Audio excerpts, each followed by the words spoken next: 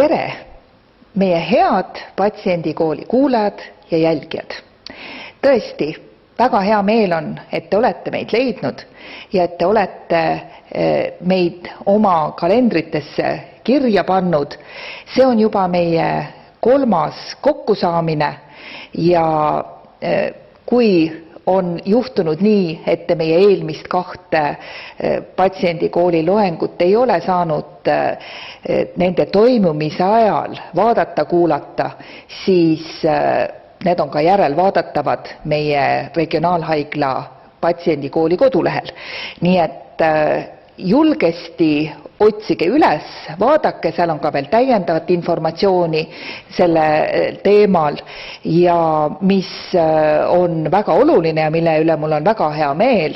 Meie eelmisel koolitunnil, kus me rääkisime erinevatest terviseandmetest, nende kasutamisest, nende vajalikkusest ja kasutamise võimalikkusest.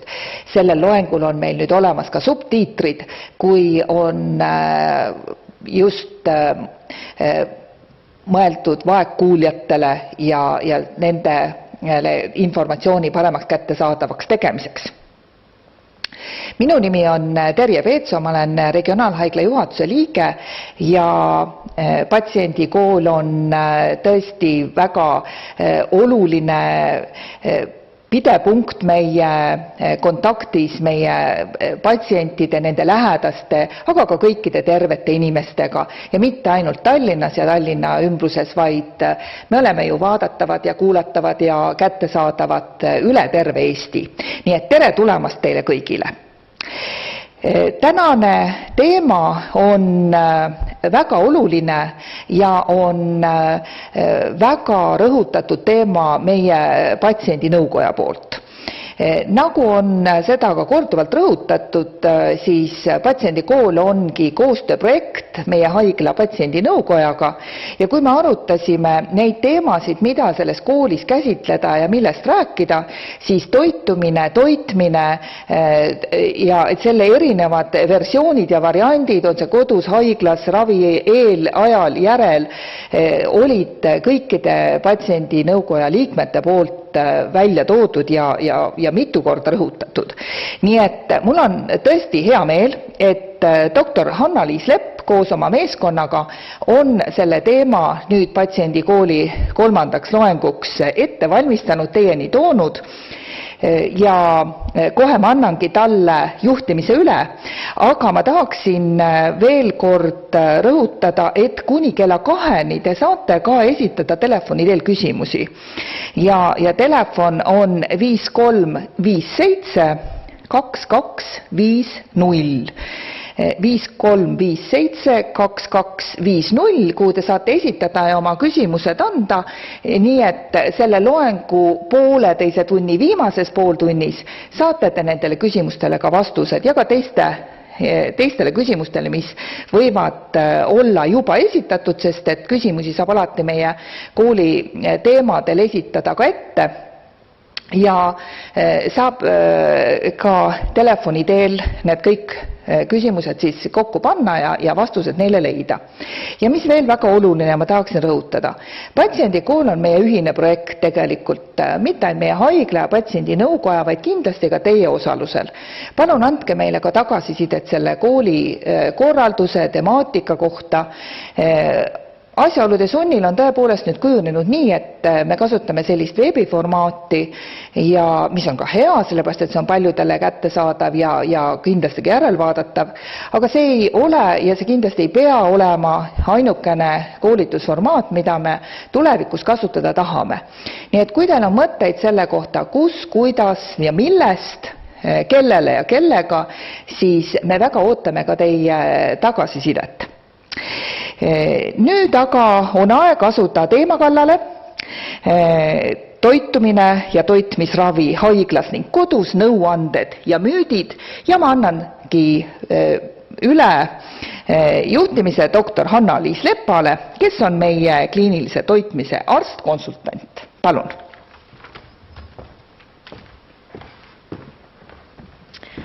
Aitäh Terje sissejuhatuse eest ja tere tulemast patsiendikooli ka minu poolt.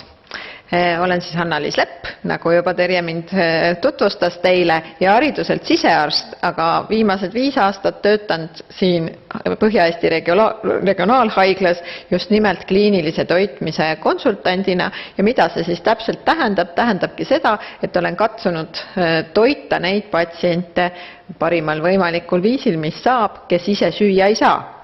Ja mul on väga hea meel, et regionaalhaigla siis selline ettepanek tuli, et me räägime ka patsientidele, kuigi ma räägin praegu tühjale saalile, siis ma tean, vähemalt ma loodan, et teid on seal veebi vahendusel kuulamas meid või vähemalt järelkuulamas meid. Ja miks ma pean seda väga oluliseks, sest sellel hetke epidemioloogilise seisus, kus me oleme, kus meil ongi neid kontakte väga vähe, on söömise ja alatoitmise teema järjest aktuaalsem. Ja mitte ainult meil siin Eestis, vaid üle maailma, et need grupid, kes on kõige ohustatumad alatoitumusest, on seda praegusel tänasel päeval veel eriti. Aga lähme siis tänase päeva juurde, et mul on hea meel, et täna on minuga siin, et ma ei istu päris üksi siin saalis, et meiega on Maarja Lember, meie toitumisterapeut ja dietoloogina siis tööl täna haiglas meil ja lastehaiglas, ja ka Liina Kappo, kes on meie toitmisravi õde ja kes siis mõlemad tänase päeva jooksul teile siis ka räägivad veel sellest, mis on nende töövaldkond haiglas, kuidas nemad saavad toetada ja kuidas teie saate toetada oma lähedasi. Minu au on aga sisse juhatada see teema, et kuidas üldse toitumus on oluline, miks ta on oluline ja kuidas teie siis ise saate võib-olla seda meeles hoides ka mõjutada oma ravikulgu. Ja millest me täna räägime? Alustame sellest, et toit on tõepoolest inimõigus ja me vajame toitaineid, me vajame toiduenergiat, muidu me ei elaks ja see on üks inimõigus seda saada.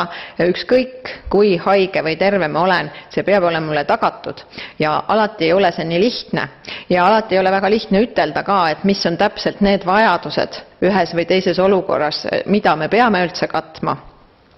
Küll aga on hea meelde tuletada siinjuures, et meil ei ole mitte ainult õigused, vaid meil on ka kohustused. Ehk et siis toit on ka vastutus. Ja see ongi see meie kõikide vastutus, et kõigil on oma seisukoht, kõigil on oma arvamus, mis on õige söömine ja me ei saa seda pidada valeks, aga me peame toetama seda, et kõik saaksid omale vajalikud ained kätte.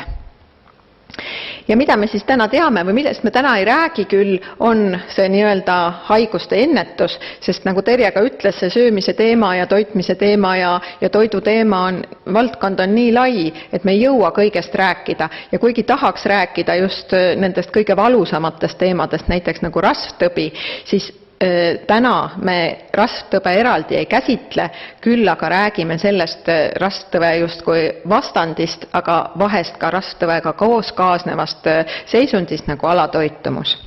Ja ma panin siia slaidile Euroopa Liidu poolt koostatud raporti erinevate riikide lõikes, siis sellised nagu märklauad tehti, et kuhu me oleme jõudnud, me tahaks jõuda siia 10, et need on need asjad, mille eest me ise oma tervise juures vastutame, mida me saame muuta. Et oluline ongi ju see, et muudame seda, mida me saame, mida me ei saa, oma vanust, oma sugu, oma terviseprobleeme teinekord juba, mis on tekkinud. Neid me muuta ei saa, küll aga saame muuta neid faktoreid, mis võivad mõjutada meie tervist. Nii et kuigi täna ennetusest juttu ei tule, sest see on jällegi omaette valdkond, millest võiks teha terve pika uue patsiendi kooli, siis natukene puudutame seda, et millised on siis need riskid toitumuslike defitsiitide tekkeks. Ja kui me mõtleme seda, et ega patsient, kes meile satub haiglasse või meie juurde nõustamisele, ei ole mitte keegi teine kui just nimelt see Eesti elanik, siis me peame natukene vaatama seda, et kuidas me üldse sööme. Ja me teame seda, et puuviljade, köögiviljade tarbimine on meie elanikkonnas suhteliselt madal. väiksem kui tegelikult soovituslik. Mis on veel olulisem, kui me räägime toitumusest, et füüsiline aktiivsus on täiskasvanute seas väga madal. Ehk et me peame tegelema nende aspektidega ka kõik meie teiega, toetama neid patsiente, kes ei saa liikuda, sest füüsiline aktiivsus on lisaks söömisele üks, mis tagab meile toitumuse. Ja kui me räägime, et meie suur probleem on rasktõbi, me ei tegele selle rasktõvega piisavalt, selle ennetusega ja meie elanikkonnas on ülekaalulisi palju, siis me ei saa ka siin mööda vaadata sellest teemast, millest me pikemalt täna räägime, ehk et siis alatoitumuse ennetamine ja miks see oluline on ka rasvunud patsientidel. Ja võib-olla üks kiire märkus ka, et alkoholi liigtarbimine, nagu te näete, on ka jätkuvalt meil probleemiks, nii et söömine üksi ei hõlma ainult neid teemasid, mis puudutavad toitu ja sööki. Toitumus kui selline sõltub paljudest teguritest.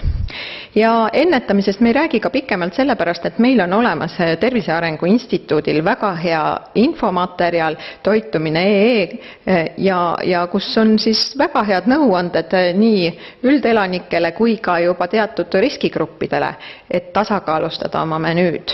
Et see ei tähenda seda, et kõik inimesed peaksid nii sööma, aga näide sellest, milline võiks olla ühe inimese nädalane toidulaud selleks, et saaksid kõik toitained ja toitainelised vajadused kaetud, on täiesti kenasti siin toidupüramiidis toodud ja välja ka toodud just nimelt see meie kõige suurem probleem, ehk et me kipume tarbima liigselt loomseid toite ja peaksime sööma rohkem taimset toitu. Ja nagu ütlesin, siis ka erinevatele sihtrühmadele on siin soovitused täiesti olemas ja mis on meie põhiline selline haiguspuhune kontingent või haiguspuhused probleemid tekivad kõige rohkem just eakatega ja eaka inimese toitumine, kehaline aktiivsus on siin eraldi soovitustena lausa välja toodud.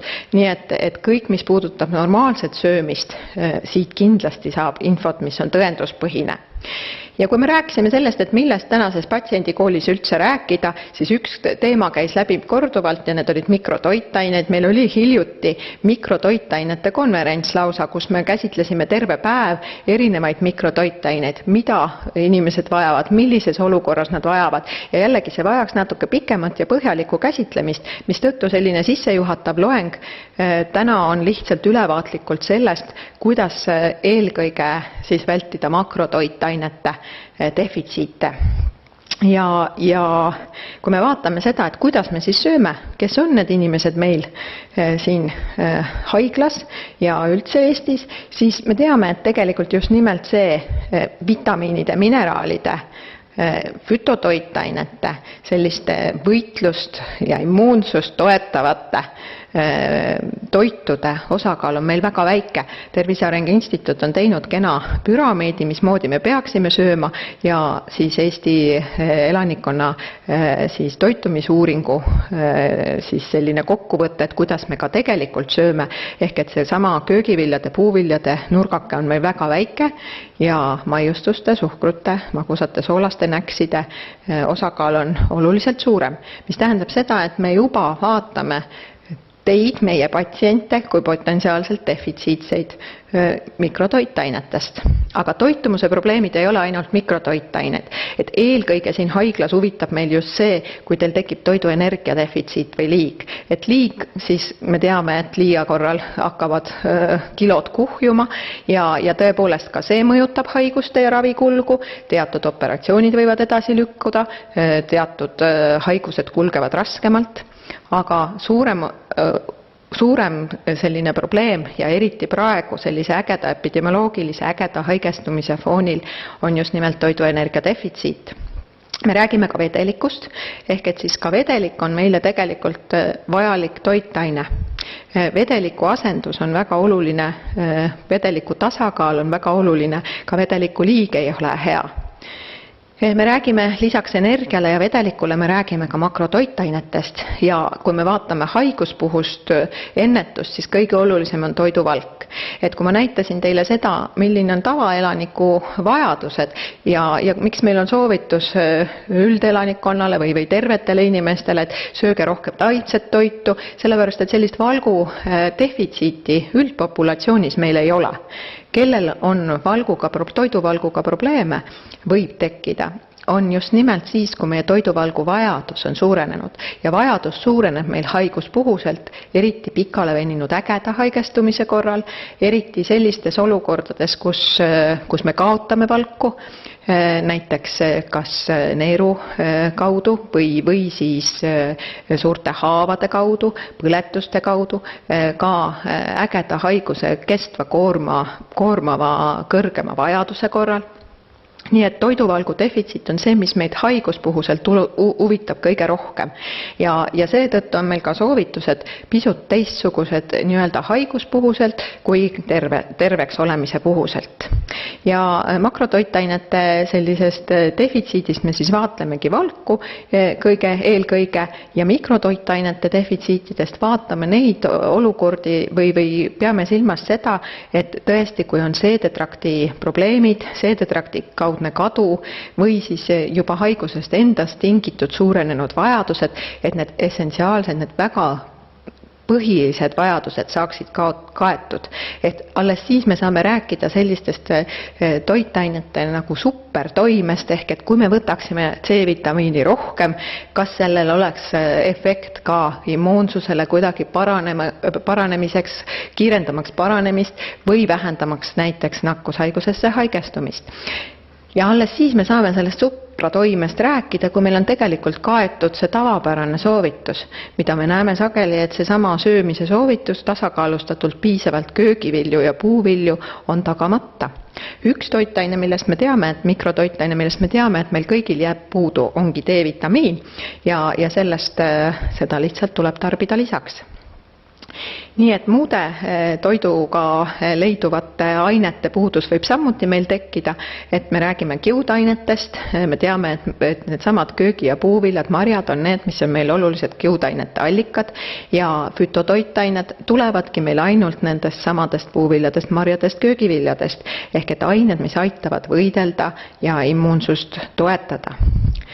Põletikuga teinekord vähendada ja liikumise piiratus, põletiku kontrollimatus on jällegi need faktorid, mis tulevad lisaks. Ehk et kui me oleme söömise asjad ära lahendanud, siis toitumuse parandamiseks ei piisa sellest, vaid peab olema tagatud see, et me liigume, ainult nii säilib see lihasmass, ainult nii on sellest lisavalgust kasu, mida te tarbite, näiteks kui te olete haigeks jäänud. Kui sellele ei kaasne liikumine, siis ei jõua see valk ka sinna vajalikku lihaskoostisesse. Ja kontrollimatu põletik on see osa, millega siis me siin haiglas kõikide haiguspuhuste seisunditega tegeleme, sest kui põletikku ei saa kontrolli olla, olgu ta siis äge haigestumine, olgu ta näiteks operatsioon, ka plaaniline operatsioon on stress ja põletiku reaktsioon, olgu ta siis krooniline haigus, olgu ta ka näiteks rasttõbi ise, kus on alaäge krooniline põletik, siis see põletik on vaja saada kontrolli alla selleks, et sellest toitumisest, sellest söömisest oleks kasu ja inimene võtaks juurde ning parandaks oma kehakoostist. Nii et alatoitumusel ei ole mitte ainult sellised tagajärjed, et ma tunnen ennast halvemini, aga tal on lühi- ja pikaajalised terviseprobleemide siis tekkeriski suurendamise probleem ja aeglasem haavade paranemine, haigusest taastumine. Ehk et need patsiendid, kes on alatoitunud, nad on meil haiglas kauem ja nad siit haiglast ära minnes paranevad ka kehvemini ja satuvad siia rohkem tagasi. Ja vähenenud iseseisev toimetulek on üks, millele me oma toitmisraviga kindlasti soovime kaasa aidata, ehk et seesama, kui inimene saab ise liikuma, siis paraneb juba iseenesest üks riskifaktor tema toitumuse halvenemisele, et liikumist tagada peab olema tal piisavalt energiat. Seesama infektsioonide risk, et millised patsiendid nakatuvad meil COVID-isse rohkem, ikka need, kes on riskirühmad. Riskirühmad, me ei tea alati, miks on riskirühmad ühed või teised, me teame, et eakad nakatuvad rohkem, me teame seda, et alatoitunud inimesed nakatuvad rohkem kõikidesse infektsioonidesse, mitte ainult ülemise hingamisteede viirusnakkustesse ja me teame ka seda, et funktsionaalne häire tekib just nimelt nendel, kellel on defitsiite rohkem.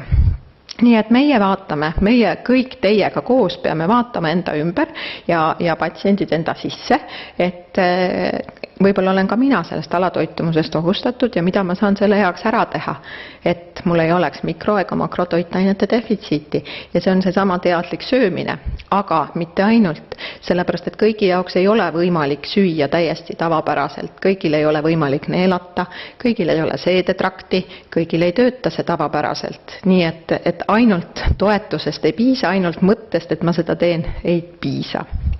Ja kes on siis riskigrupid? Eelkõige jällegi eakad.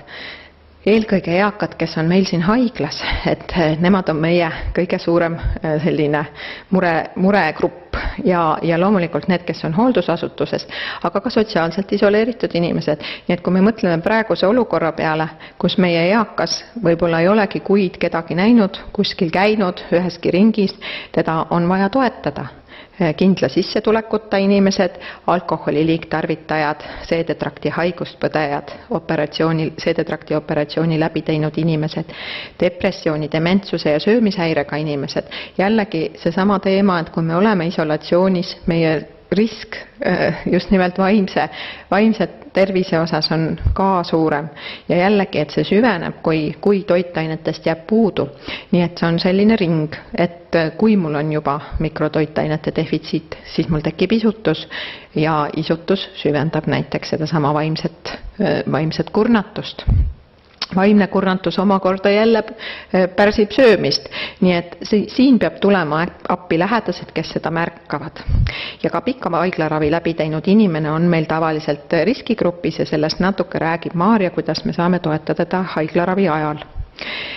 Kui on vajalik piirangutega erimenüüd, siis kindlasti on suurenenud risk alatoitumusele, just ka mikrotoitainete defitsiidile, aga asendamatute rasvhapete, ka asendamatute aminohapete või valkude defitsiidi risk on suurem. Ja kui ma lugesin, et millised on need sotsiaaltöö probleemid praegu, siis loomulikult mitte ainult me ei räägi sellest, et kuidas tagada siis toitained, vaid me peame kõigepealt tagama selle, et inimesed saavad söögi kätte. Ja kõige raskem siin kevadel selle laine ajal oligi just see, et kuidas tagada inimestele soe söök. Seesama tasakaalustatud söök kooliõpilastele, kes on kodus, aga ka nendele samadele eakatele, kes on isolatsioonis. Nii et võib-olla on see väga lihtne, mida me saame teha ära, et vaadata, et naabrinaistel oleks soe söök ja kõhud täis. Ja panna tähele neid sümptomeid, et alati ei piisa sellest, et ma ju sõin. Kui süveneb jõuetus, isutus, huvi puudumine toidu vastu, meeleoluhäired, pidev külmatunne, aeglaselt paranevad haigused ja haavad, on juba ilmne, kui kaalulangus on tekkinud või nahaaluse raskoe kadu on tekkinud. Ja me räägime alatoitumise riskigrupi patsientidest ja nendest vaegtoitumuslikest seisunditest haiglas, räägime mitmes plaanis, ehk et neid, mis on seotud põletikuga ja haigestumusega, kas ägeda haiguse või kroonilise haiguse puhuselt. Räägime nendest, mis on ilma põletikuta alatoitumus, kus seesama toitumuslik defitsiit ongi tõesti tekkinud mitte sellest, et põletik suurendab kogu aeg vajadusi, vaid põletik on kontrolli all, aga toitumuslikud probleemid püsivad. Ja me räägime haiguseta alatoitumusest ja siin on just nimelt see grupp sotsiaalsete või psühholoogiliste teguritega tingitud alatoitumusega, mis on meie praeguse hetke murelaps ja kui sinna nüüd kuidagi satub ka see COVID-infektsioon, siis ongi need meie eakad, need, kes mitte ei ole ei vaja eri toitaineid, eri mikroelemente, C-vitamiini, D-vitamiini, vaid nad vajavad täiesti baas toiduenergia ja toiduvalgu tagamist kõigepealt ja loomulikult mikrotoitainete asendust samamoodi, kui nad seda söögiga ei saa. Aga kõigepealt tagame neile üldse võimaluse süüa. Ja miks me sellest ikkagi nii pikalt räägime siin haiglas on see, et selle ravi, mida meie siin tahame teile osutada ja proovime osutada, on oma mõju sellele samale toitumusele, mis siis mõjutab teie elu edaspidiselt hakkama saamist. Nii et nii oma operatsioonil kui narkoosil kui muudel ravimeetoditel kõigel võib olla mõju sellele toitumuslikule seisundile ja need osad, mida me saame ise muuta, siis kontrollides ennast teadlikult süües või teid toetades, elades, neid kindlasti peaks siis korrigeerima. Ja kui me vaatame, siis haigus ise on stress, aga ka näiteks operatsioon on stress ja me saame ette valmistuda selleks, me saame harjutada, kuidas anatoomiliste muudatustega peale operatsiooni toime tulla, kuidas sooletöö muudatustega toime tulla ja võimalikult minimaalseks viia siis neid mõjusid, mida on sellel samal haiglaravil meile endale, et ka haiglaravis on piiratud praegu liikumine, mis tähendab seda, et peab ise olema veel tublim, ehk et ka voodis saab võimelda, ka kummilinte saab kasutada ja ei pea, liikumine ei tähenda alati seda, et ma käin 10 kilomeetrit rabamatkal. Nii et me katsume omalt poolt tegeleda sümptomkontrolliga, tegeleda ravimeetodite minimaalse toimega toitumusele ja kindlasti tuleks need arutada läbi ka oma raviarstidega. Ja teiselt poolt meil on väga oluline ka see, et seesama toitumus mõjutab teinekord võimalust saada üldse ravi. Ehk et ravi võib edasi lükkuda või ära jääda, kui inimene on selleks hetkeks, kui ta meile saabub kehvas seisundis. Kui ta on juba alatoitumuses, siis on ravivastus kehvem ja rohkem tüsistusi ja ka pikem haiglaraviperiood, nagu ma ütlesin. Nii et ägeda ja kroonilise põletikuga seotud alatoitumusega me tegeleme igapäevaselt siin haiglas, aga teie saate seda enda poolt tegeleda sellega, et igapäevane menüü oleks tasakaalus, ehk et te ei pea vaatama, et see menüü on alati just vastavalt Tervise Arengu Instituudi terve inimese soovitustele vastav, küll aga, et oleks kaetud toiduenergia, toiduvalgud ja kui need piirangud näiteks võivadki olla sellised, et me oleme ise teile soovitanud sellist menüüd, mis siin teisel pool justkui on ebaterve, siis võib olla vajalik tõesti võtta juurde ka toidulisandeid selleks, et tagada piisav vitamiinide, mineraalide saamine just nendest defitsiitsetest komponentidest, mis on ära jäänud sealt menüüst. Nii et piirangutega menüü vajab tavaliselt tõhustamist ja tõhustamisest ei ole alati piisav. Nii et teinekord on vaja ka mikrotoitaineid juurde. Nii et kui me teame, mida tarvitada, siis see on kindlasti ka näidustatud. Ja ühest seisust või ühest olukorrast ma pean veel rääkima, et kui me toetame oma lähedasi, siis alati ei saa minna toetusega liiale. Ehk et meil on seisund, kus kasvaja või muu kroonilise haigusega jõuab inimene sinna faasi, kus enam toitumusega seda ravi ei paranda või seda ravi võimalusi ei paranda ja haigust ka ei parandada ei saa. Ja sellisel juhul me saame pakkuda selle toiduga kaasnevaid meelelisi elamusi. Nii et toit ei ole ainult söök. Söömisega kaasneb ka üks väga oluline funktsioon elus. Ja see on see sama heaolu tunne, see sama tunne, mida laps tegelikult tunneb siis, kui ta sünnib ja saab oma ema rinnale ja saab sooja ja turvalise tunde. Nii et olukorrad, kus me enam ei saa siis ravid ja inimese prognoosi parandada, on oluline pakkuda talle vähemalt seda meelelist elamust. Ja seda on raske ära tunda, aga see tuleb meie omavahelisest koostööst ja teie usaldusest oma raviarstile, et millised on need minu valikud täna. Nii et meie omalt poolt proovime teid nõustada, kui see vajalik on. Teie omalt poolt saate üht-teist ära teha, et meie nõustamisele mitte jõuda. Ja kui on vaja nõustamist või toitmisravi, siis me tuleme appi. Nii et kindlasti ärge tehke piiranguid, mida pole vaja, sööge mitmekäsiselt ja teadlikult, tõhustage oma toitu, kui see on vajalik, muutke söömissagedust, kui on vajalik ja menüüd ja kasutage ka toitmisravipreparaate. Nendest räägib teile ka Liina. Ja millal siis nõustamist paluda, et kindlasti siis, kui on palju piiranguid vajalikud kas sümptomkontrolliks või siis tõesti haiguspuhuselt, need seisundeid on vähe. Ja suukaudse söömise takistuse korral kõik me siiski ei saa suukaudu süüa. Ja sellisel juhul, kui on neelamis- või seedetrakti probleemid, mis suukaudset söömist ei võimalda, tulemegi appi siis toitmisraviga meie ja sellest räägib teile pikemalt ka Liina. Ja sonditoitmine kui selline ei ole midagi katastroofilist. Sonditoitmine ei saa olla tabu. see on vajalik selleks, et inimesed jääksid ellu, kui nad ise veel ei neela või juba ei neela. Ehk et siis primaarne sondi toitmine ema nabanööri kaudu tagab meile ideaalsed toitainelised vajadused ja vaatame siis sondi toitmist edaspidi nagu siis nabanööri kaudu toitmist ja suhtumise muudatust on siin kindlasti vaja. Ja üksikud siis juhud, kui tõesti on vaja veenikaudset toitmist, ka sellest räägib teile natukene ka Liina. Nii et ma võtan kokku selle jutu, et toit on tõesti meie kõigi inimõigus, aga inimõigus on ka sellest toidust loobuda. Et kui ma soovin, et nüüd on kõik, ma enam ei soovi toitu, siis on see valik minu teha. Ja meie aktsepteerime teie valikuid. Oluline, kui me saame läbi rääkida, kuidas ja miks me siis neid toitaineid ja energiat vajame, mis tähendab ühe või teise defitsiidi tekitamine ja võtame selle vastutuse koos. Nii et teeme õigel hetkel õiged valikud ja vajadusel abistame üksteist. Nii, ja ma loodan, et te kuulsite mind, sest ega ma seda üldse siin ei uurinud, et keegi mulle ju siin väga ei vasta. Aga ma tuletan teile meelde, et teil on võimalik esitada meile küsimusi. Et väga tore oleks siit saalist neid kuulda ja teiega arutada, aga meil jääb arutluseks piisavalt pärast aega. Seda me oleme siin varunud.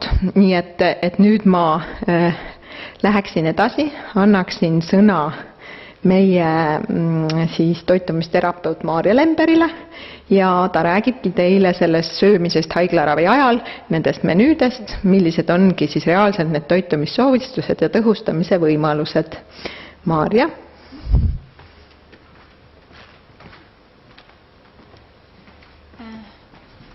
Tere ka minu poolt, minu nimi on Maarja Lember ja mina olen kliiniline toitumisterapeut.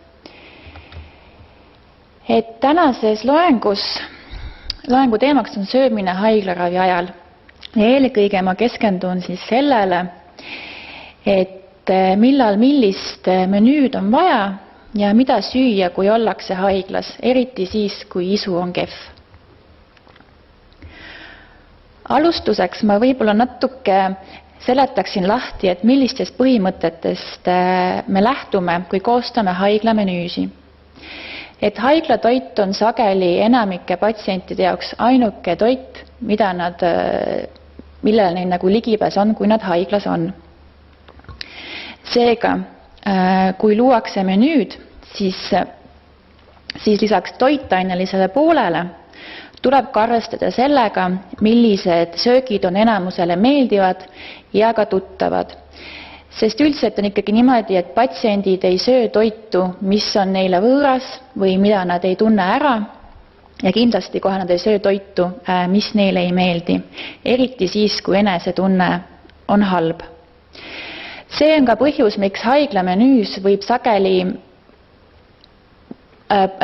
me pakume võib-olla selliseid toite nagu magustoit või kartul sardelliga, mis justkui nagu ei klassifitseeru tervisliku eine alla, aga kuna need toidud või need road on saanud püsivat positiivset tagasisidet patsientidele, siis me oleme need jätnud menüüsse, et tõsta rahulolu pakutava toiduga, sest rahulolematus menüüga vähendab toidu tarbimist.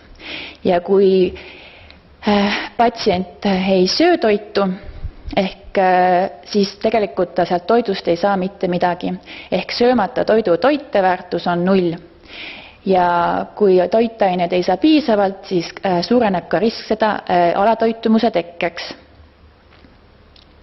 Seega esimene põhimõte meil sellel menüü koostamisel ongi see, et me üritame leida tasakaalu nii-öelda toitainelise pakkumise vahel, aga samas ka populaarsete roogade vahel, mida inimesed sagedasti ise ka nagu kodus tarbivad.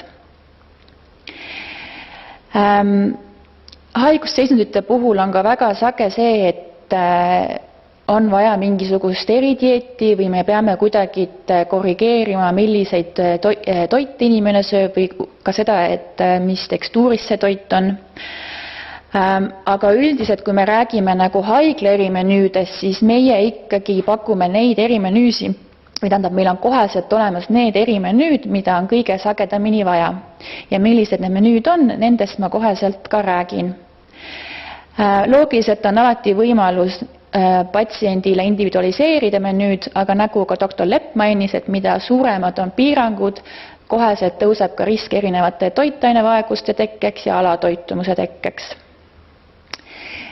Et kuigi haigusseisundite ajal võivad olla vajalikud erimenüüd, siis tegelikult enamikele, kes meil täna haiglas on või üleüldiselt haiglas on, sobib tavamenüü.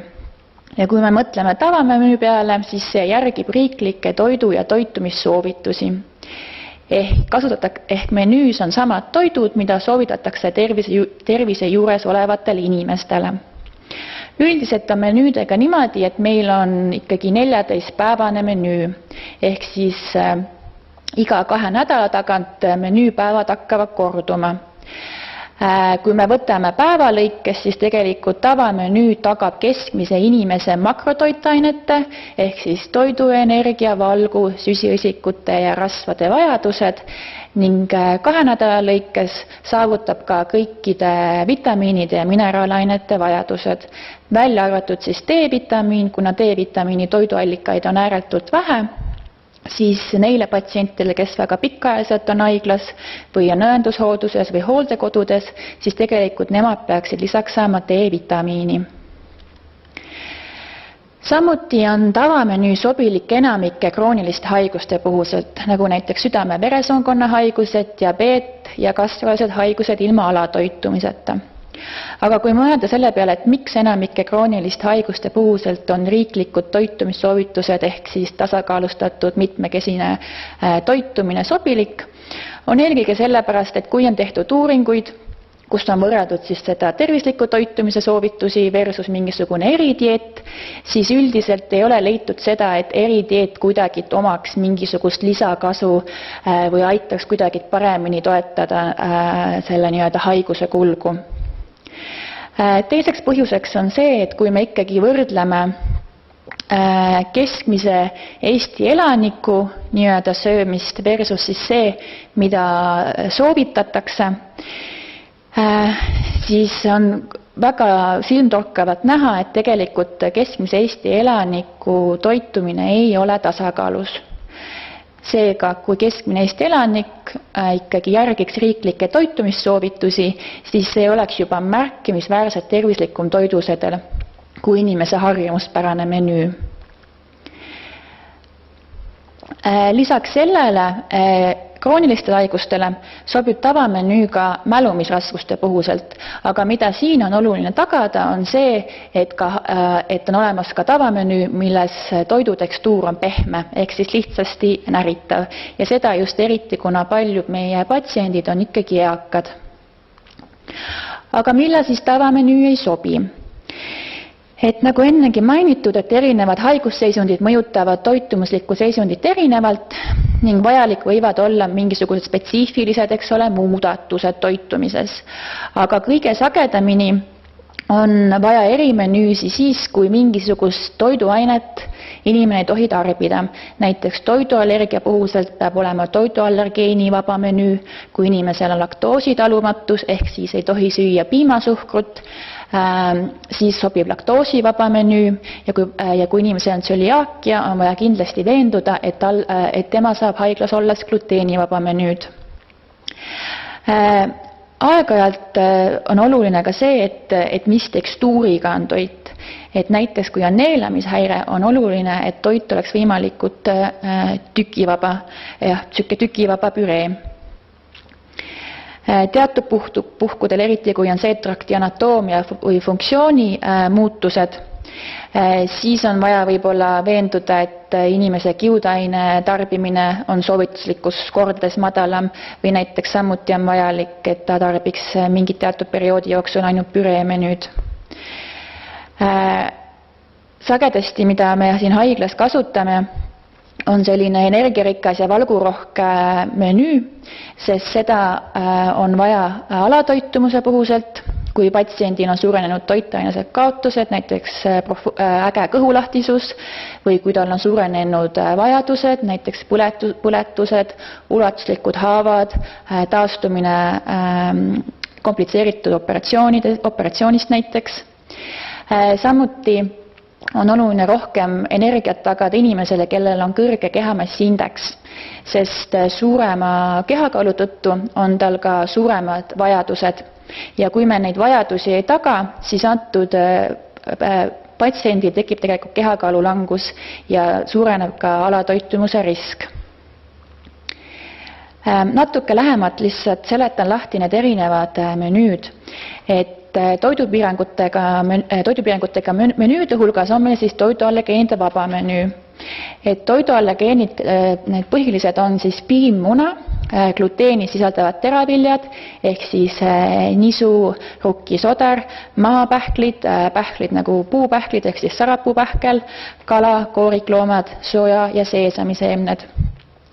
Haiglamenüüs kõige rohkem kasutusel on ikkagi ehk siis piimatooted, muna, gluteeni sisaldavad teraviljad ja ka kala. Üldiselt on nii, et mis puudutab PERH-i ja üleüldist soovitust, siis tegelikult kõik haiglaköögid on maapähkli ja pähklivabad. Laktoosivaba menüü puhuselt on oluline, et laktoosi ehk siis piimasuhkru kogus on piiratud, et piimatootel võib laktoosi tallumatuse puhul pakkuda, aga mis ongi tähtis, on see, et kas nad on laktoosivabad või nende laktoosi sisaldus on ääretult madal. Ja kui meil on gluteenivaba menüü, siis tuleb täielikult välistada see, et ei ole ühtegi nisu, rukkise, odra või neid sisaldavad tooteid kasutatud menüüdes. Mida on tähtis ka nende nagu toiduallergiate ja laktoosi talumatuse ja tsöliaakia puhul mainida, on see, et tegu on ikkagi eluaegse piiranguga ja siin puhul on tähtis see, et mitte me ei võta, eks ole, toite menüüst välja, tähendab, me võtame toidud menüüst välja, aga me ka leiame neile, eks ole, asendused, sest antud puhul on vajalik tagada see, et menüü tagaks kõik vitamiinid ja mineraalide vajadused, kuna inimene peab seda jälgima pikaajaliselt.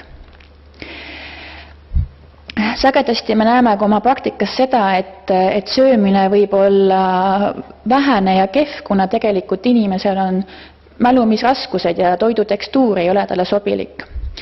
Et oluline ongi seetõttu, et eriti näiteks eakate puhul, kellel võib-olla on mingid hambumusprobleemid, proteesiprobleemid või näiteks kui on söömine valulik suuhavandite tõttu, siis on ikkagi tähtis see, et paluda ja eelistada pehme tekstuuriga menüüd.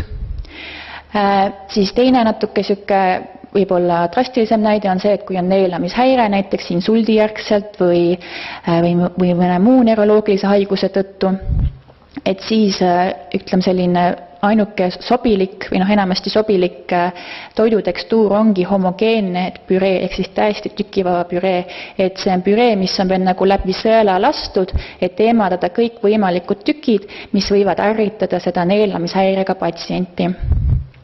Ja teine punkt, mis on neelamishäire puhul ka väga tähtis, et ei ole ainult see, et oleks tükivaba toit, vaid ka see, et see toitu tuleb, või ütleme see inimese võimekus korraga lõpetada, või see ports, mis ta korraga võib ära süüa, on üsna nagu väike, puhtalt sellepärast, et see söömine kui tegevus on ääretult väsitav tema jaoks.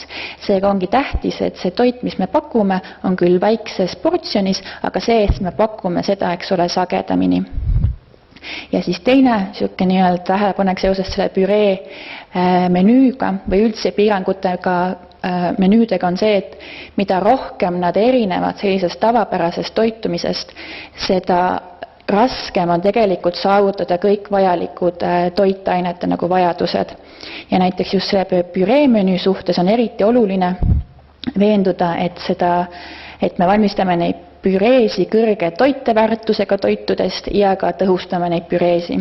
Aga mis on täpselt toidu tõhustamine, et seda ma räägin natukese aja pärast. Nii, ja siis järgmine teema ongi see alatoitumise teema, mis on just meie praktikas ääretult peamine mure. Et kuna alatoitumus mõjutab ravi tulemust, siis on oluline seda ennetada ja korrigeerida. Ja alatoitumuse käsitluses esimene samm ongi see, et me tõstame valgu ja energia tarbimist patsiendil. Et et kui mõelda, kuidas seda energiatarbimist on ju tõsta, siis esimene mõte on, aga tõstame portsjonite kogust. Aga samas, kui isu, eks ole, on kehv ja üldse võib-olla enesetunne on halb, siis sükeste suuremate portsjonite söömine võib täitsa nagu mõjuda vastupidiselt, et inimene ei tahagi süüa seda toitu, sellepärast et ta teab, et niikuinii jääb see toit järgi. Siis siin puhul ongi oluline see, et me suurendame toiduenergia hulka, tõustades toitu. Ja kui me tõustame toitu või tõstame seda toiduenergia hulka, siis on väga tavapärane see, et tõuseb rasvade osakaal, eriti küllastunud rasvade osakaal, samuti tõuseb lisatud suhkrute osakaal. Ja ka kuna me tahame pakkuda rohkem valku, siis võib-olla natuke vähesemaks jääb taimse toidu osakaal, tõuseb piimatoodete, kana, kala, muna, eks ole, osakaal. Et siin ongi oluline jällegi nagu rõhutada seda, et kui on alatoitumuse risk, siis tegelikult need toitumissoovitused võivad haiguse ajal ikkagi erineda sellest, mis on need riiklikud tervisliku toitumise üldsoovitused. Nii, aga siis kuidas muuta me nüüd valgurohkemaks ja energiarikkamaks? Et number 1 ongi see, et toidugruppides peaks eelkõige eelistama toiduenergia ja valgurikkamaid variante. Et siin slaidil ma olen ära toonud erinevad toidugrupid ja ka näited, et millised siis need toiduained on kõige nagu energiarikkamad. Et näiteks kui eelistada või kui te valite endale köögivilju toidu valmistamiseks, siis juurviljades ja kaunviljades tegelikult on rohkem kaloreid kui võib-olla sellises, ütleme, kurgis ja tomatis ja võib-olla salatite laadsetes, eks ole, aedviljades. Et see ei tähenda, et need kurgid ja tomatid on keelatud, aga lihtsalt kui rohkem on võimalus, siis ikkagi eelistada juurvilju ja kaunvilju. Ja samuti piimatoodete puhul, et oluline võib-olla rohkem jälgida seda, et valite täisrasvasemaid piimatooteid sagedamini. Siis teine süke oluline strateegia ja mida ka meie siin oma neelamishäire menüüs, valgurohkes ja energiarikkas menüüs rakendame, on toidu tõhustamine.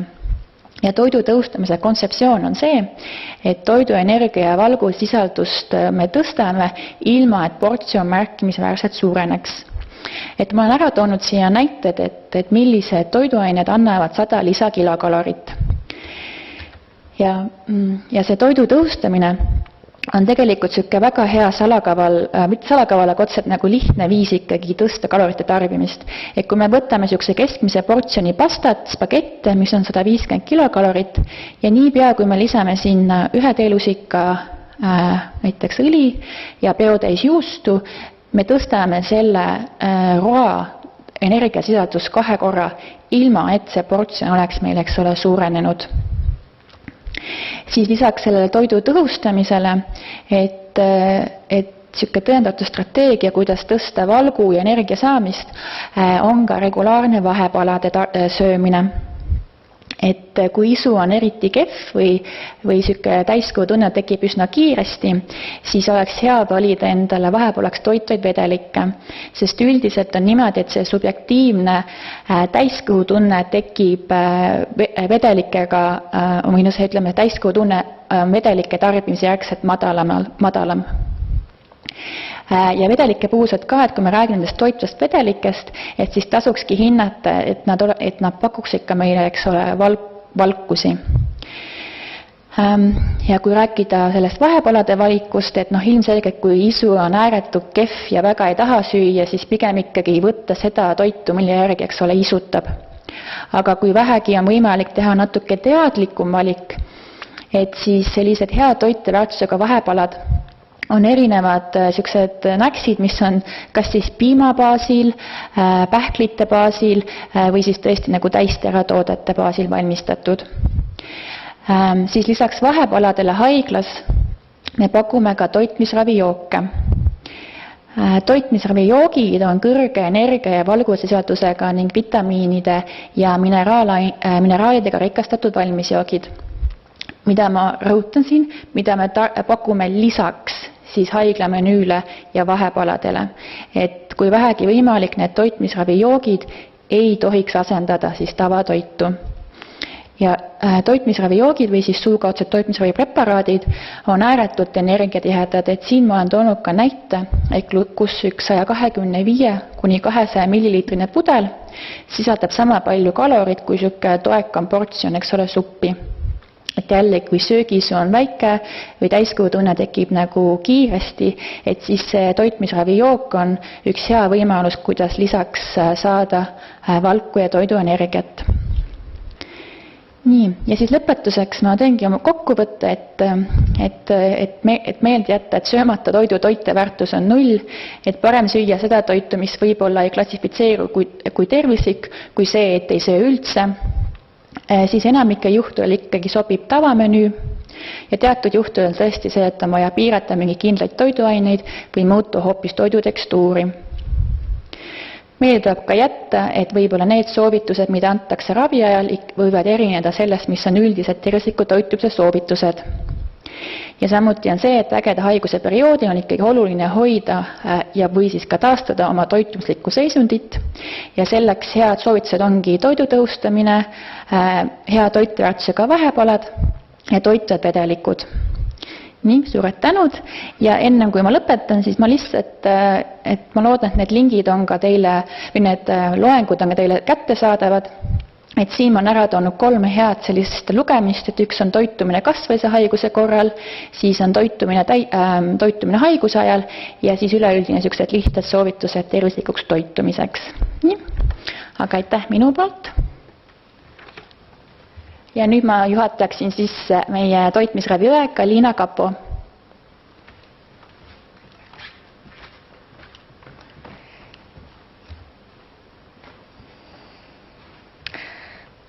Tere, lugupeetud kuulajad, mina olen ka Liina Kapo, toitumisõde ja ma natuke räägin juba kodusest toitumisest ja toitmisest, erinevatest variantidest ja mis me kasutame, kuidas me nõustame oma patsiendid enne kojumineku juba haiglast kodusele ravile ja mis me nagu soovitame süüa ja kuidas toituda ja kui see suukaudne söömine ei ole võimalik, siis mis me teeme ja kuidas me aitame inimestele ikka oma vajadused kätte saada kodustes tingimustes. Et esimene, kus ma peatuks, see söömine suu kaudu, et mis siin kõige rohkem tahaks öelda, et enne koju mineku, enne koju saatmist, et kui ikka vajalik, me üritame ikka nõustada toitumise poole pealt, et siis kuidas õigesti toituda, kuidas on ohutu toituda, mis täpselt süüa, siis ikka seisundipõhiselt. Operatsiooni järgselt, see on vastavalt sellele operatiivsele ravile, mis on näiteks patsiendile tehtud, et siis vastavalt sellele anname kindlad soovitused ja infomateriaalid. Ja siis kuidas toituda selle onkoravi eelselt ja onkoravi ajal ja taastumise perioodi jooksul. Et siis siin ma mõtlen seda järgmist, et see keemiaravi ja kiiritusravi, et selle ravi ajal ja järgselt. Ja siis vajadusel soovitused vitamiinide asenduseks. Et kõik vitamiinide kohta siin ei ole, aga näiteks peale teatud operatsioonide teatud vitamiinide asenduseks siis me anname soovitused ja siis teeme skeemid, kuidas vitamiinid asendada. Et siis veel soovitused sümptomi kontrolliks, et suuliimaskeste põletik, kus me seda tavaliselt näeme, see juhtub näiteks kiiritus ja keemiaravi ajal ja siis kuidas siis paraneda natuke selle seisundi ja söömist, et ikka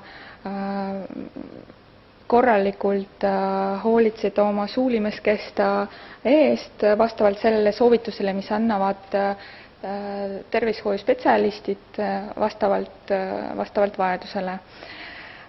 siis kuidas hakkama saama iiveldusega, kõhukinnisusega, kõhulahtisusega ja isutusega.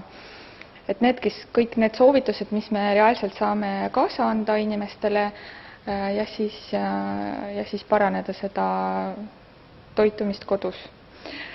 Infomaterjalid, mis me kasutame, need on meie haigla infomaterjalid, mis on meie spetsialistide poolt välja töötatud ja siis Tervise Arengu Instituudi omad. Nende materjalidega me töötame ja anname kaasa ka koju lähevatele inimestele. Ja siis suukaudsete toitmisravipreparaadide kasutamise õpetust, et üritame ikka selgeks teha inimestele, kuidas need õigesti võtta. Et Marja natuke rääkis sellest, et me ei soovita alati ka, kui vähe võimalus nendega toitu asendada, aga siis ikka teatud juhtudel on ilma nendeta ikka ei saa. Siis kuidas need õigesti kasutada ja kui palju need võtta ja mis viisil, selles osas ka nõustame meie patsiente enne koju mineku. Ja siis toidu lisamine, nagu toidu sisse lisamine, soovitused, et tihti juhtub, et nagu puhtalt need juua näiteks meie patsientidele ei meeldi ja siis me proovime juba niimoodi personaalselt midagi leiutada, et anda parimad soovitused, kuidas ikka need juua. Millal alustada suukaudset toitmisravi?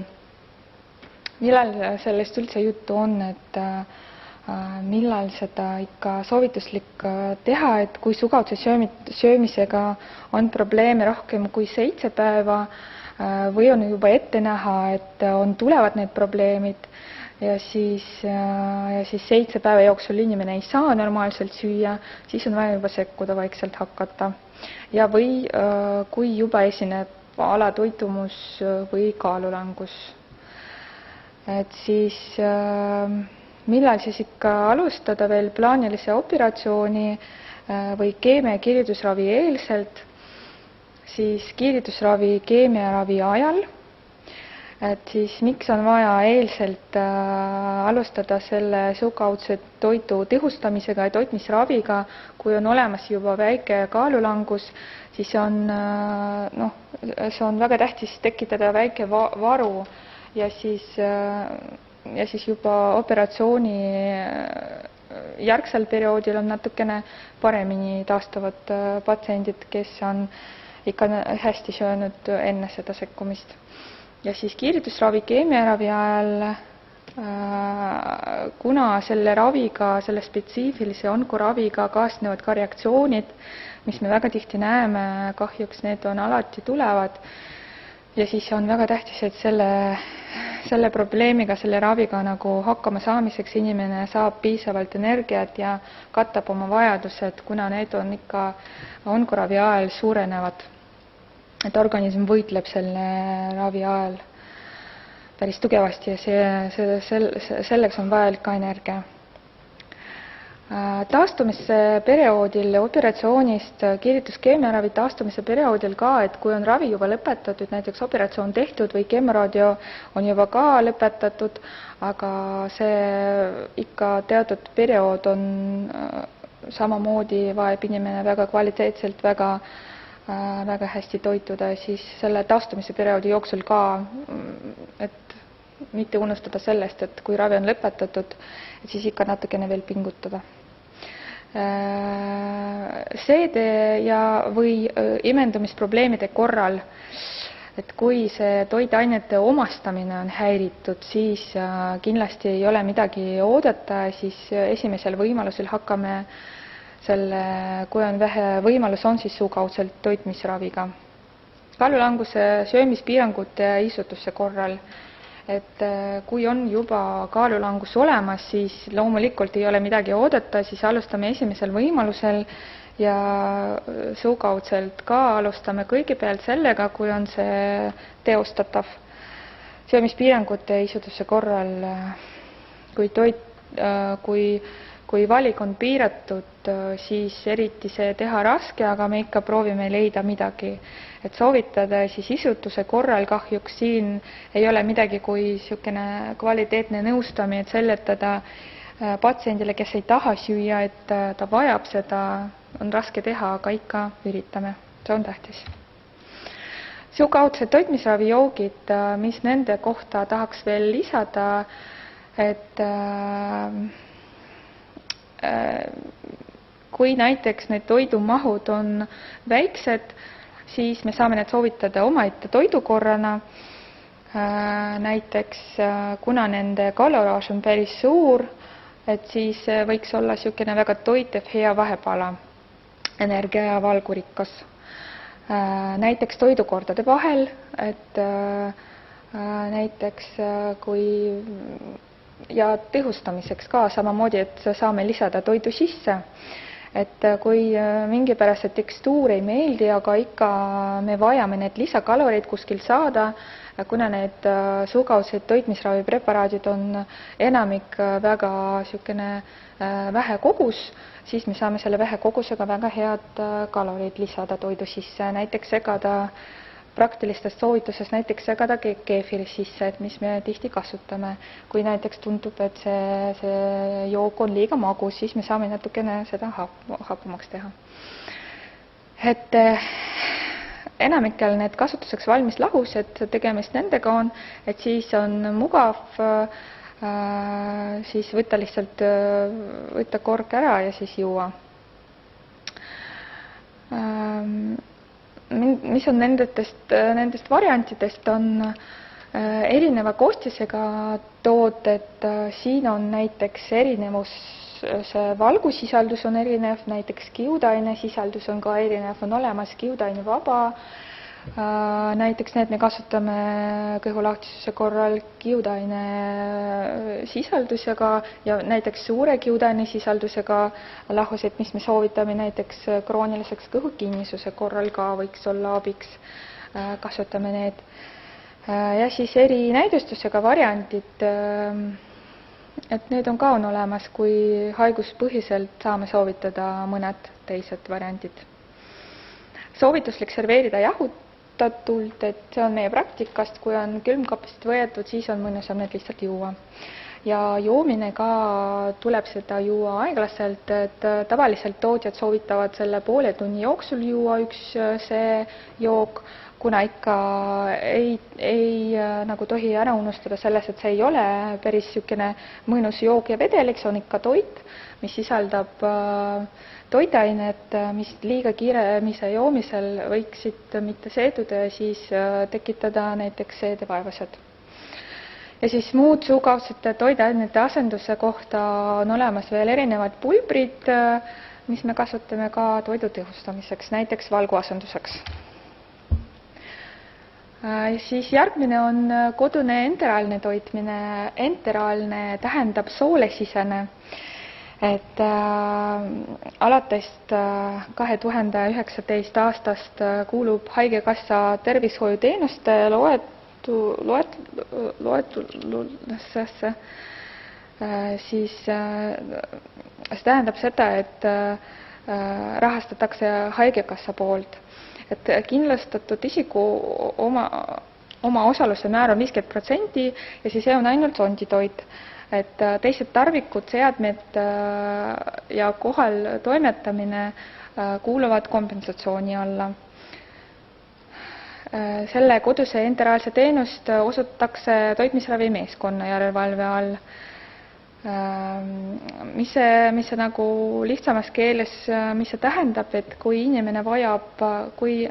inimene ei saa tavapäraselt süüa, siis on vajalik ikka selle, ütleme niimoodi, sondi või toru kaudu toitmine. Millel see näidustatud on, et kui esinevad alatoitumus, mis kaasneb pahaloomulise kasvajalise haigusega, näiteks neelamishäired lihas- või närvisüsteemi haiguse või kahjustuse korral, imendumishäirega seedetrakti haigus, väärarend või kahjustus ja kaasasündinud ainevahetushäire või ebaselge kasvupeetus. Siis on nendel juhtudel on näidustatud kodune see enteraalne toitmine.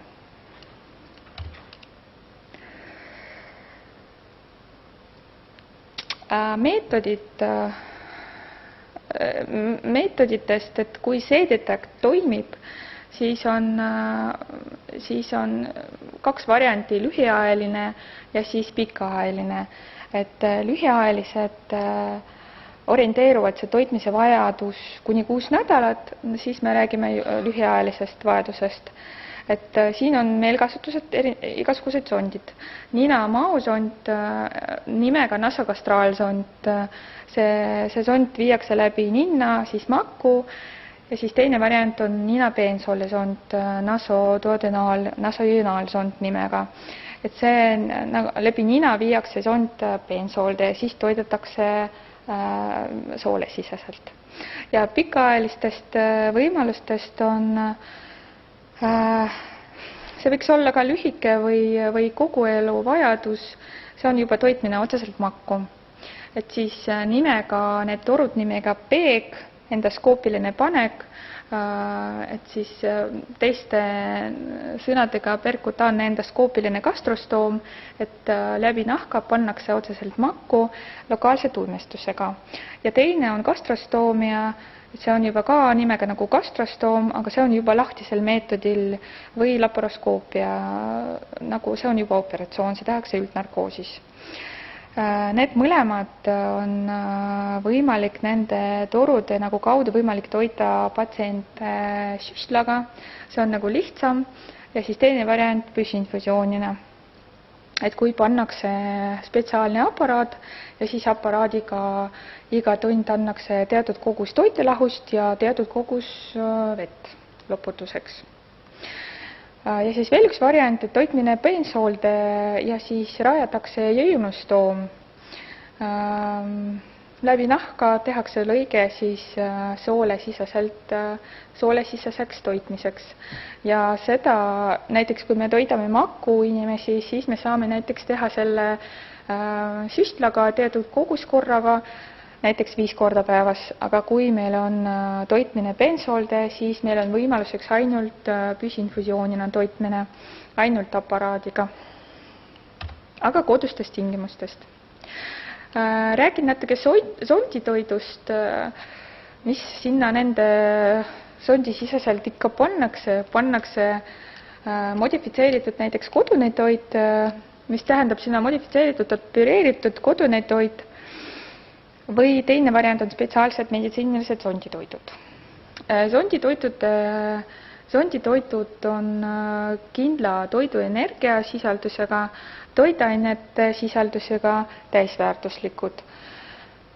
Aga on erinevad ka variandid, näiteks kiudainega ja ilma kiudaineteta, energiarikkad, rohke valgusisaldusega näiteks variandid ja siis muudetud soolasisaldusega. See on näiteks neeruhaigustega patsientidele. Ja siis on sellised variantid. Ja siis viimane kodune nagu variant toitmiseks on see veenisisene ehk parenteraalne toitmine, kodune parenteraalne toitmine. See on näidustatud, kui suukaudne või enteraalne toitmine on võimatu, vastunäidustatud või ebapiisav, kui on soolepuudulikkus ja lühikese soole sündroom. Ja soolesisene toitmine on ebaefektiivne või ohtlik. Et näiteks operatsioonide järgselt ei ole võimalik inimesel teist viisil süüa, et siis me peame midagi nagu panna juba veeni kaudu. Ja selles toitmise teostamiseks on vajalik tsentraalveeni olemasolu, et see pannakse kaelaveeni sisse või kuubemeveeni sisse, spetsiaalsed kateetrid ja siis selle kaudu saab ka inimesed saavad ennast ka toita.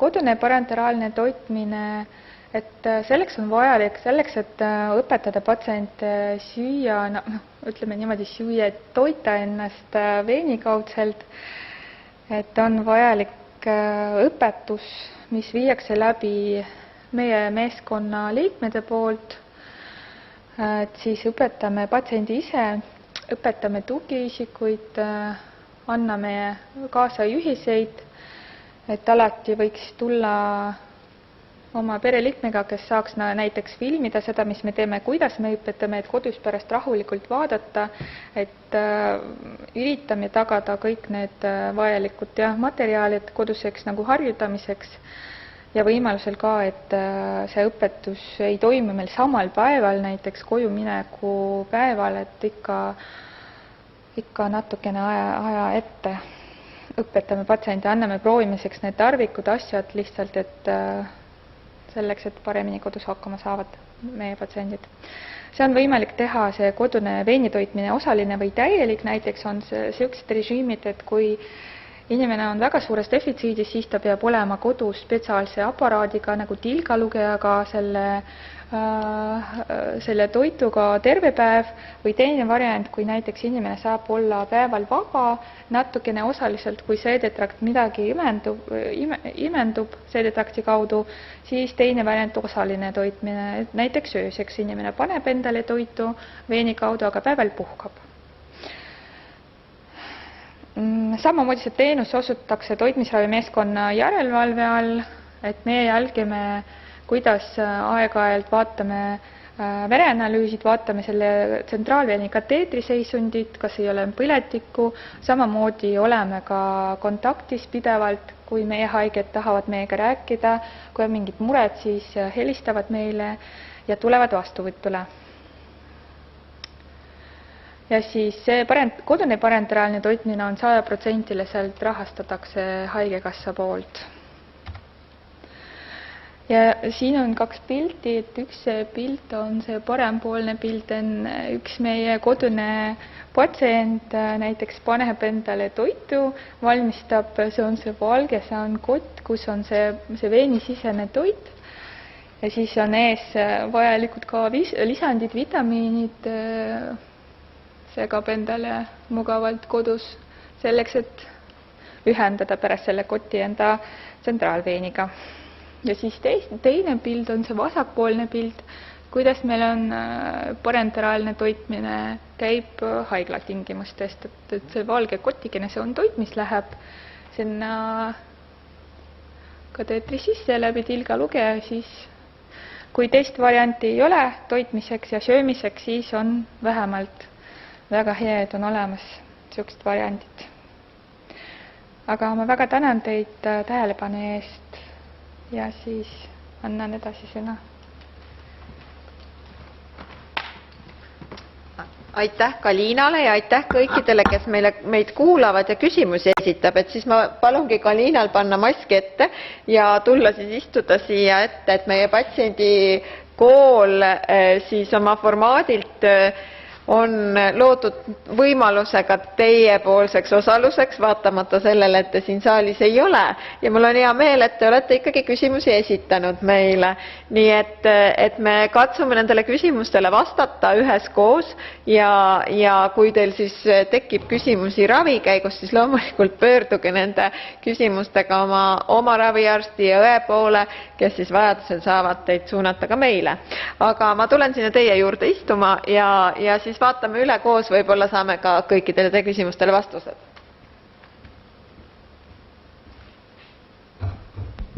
Nii, aitäh.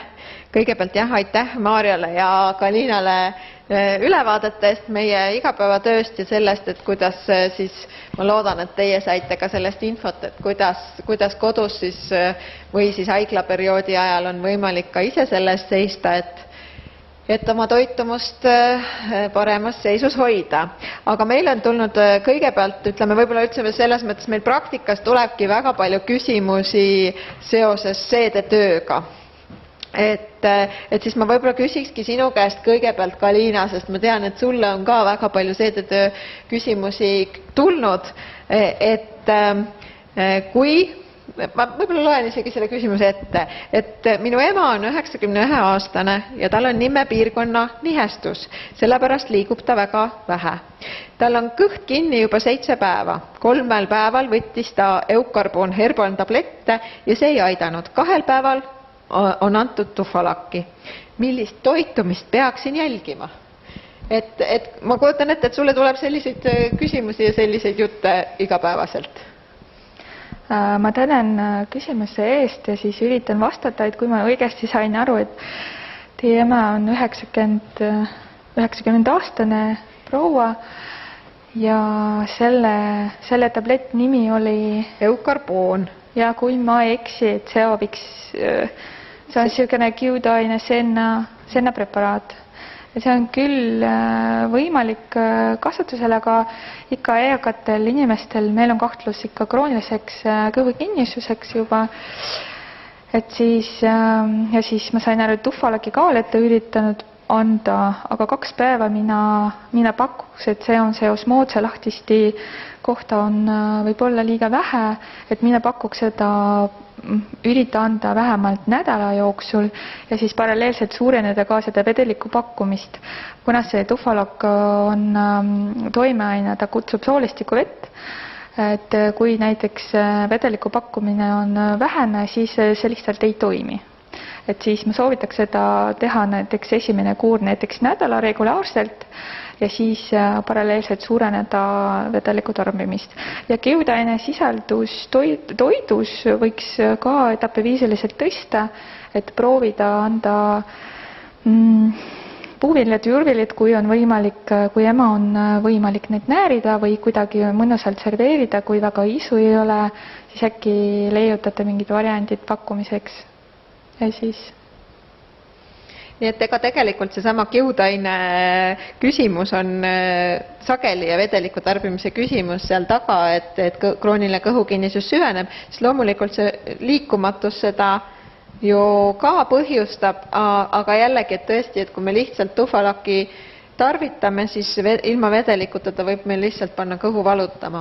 Nii et aitäh, Kalina, ma lähen edasi. Küsimus järgmine on tulnud meile jälle seedetrakti valdkonnast. Ja ma proovin võib-olla seda ise vastata, sest siin on küsitud, et kui kolonoskoopia uuringul on leitud polüüp kasvaja sarnane moodustist, hetkel ootan uuringu vastuseid, olen 65-aastane ja hea tervisega, aga muret tekitab see, et olen enda arvates toitunud hästi, kuid nüüd selline uuringu vastus. Et tõepoolest on see, et meie söömise ka tekivad, ütleme, söömismustriga ja sellise tasakaalustatud toitumisest saame oma terviseriske vähendada, aga selge on see, et ainult üks riskifaktor ei ole kunagi siis haiguse põhjus või ka siis sellise terviseseisundi põhjuseks. Et mis puudutab seedetrakti tervist ja selliseid uudismoodustusi seedetraktis, siis polüüpide teke on sageli seotud just ka geneetilise riskiga, aga tõepoolest, et kui te olete oma menüü hoidnud väga tervislikku, et siis seesama kiudaine läheb siit ka edasi, et kiudaine ei ole mitte ainult Kiudainerikas menüü ei ole mitte ainult kõhukinnisuse profülaktikaks, vaid nende sama seedetrakti kasvajate siis risk on väiksem nendel inimestel tõesti, kellel on kiudaine sisaldus menüüs igapäevaselt siis suurem.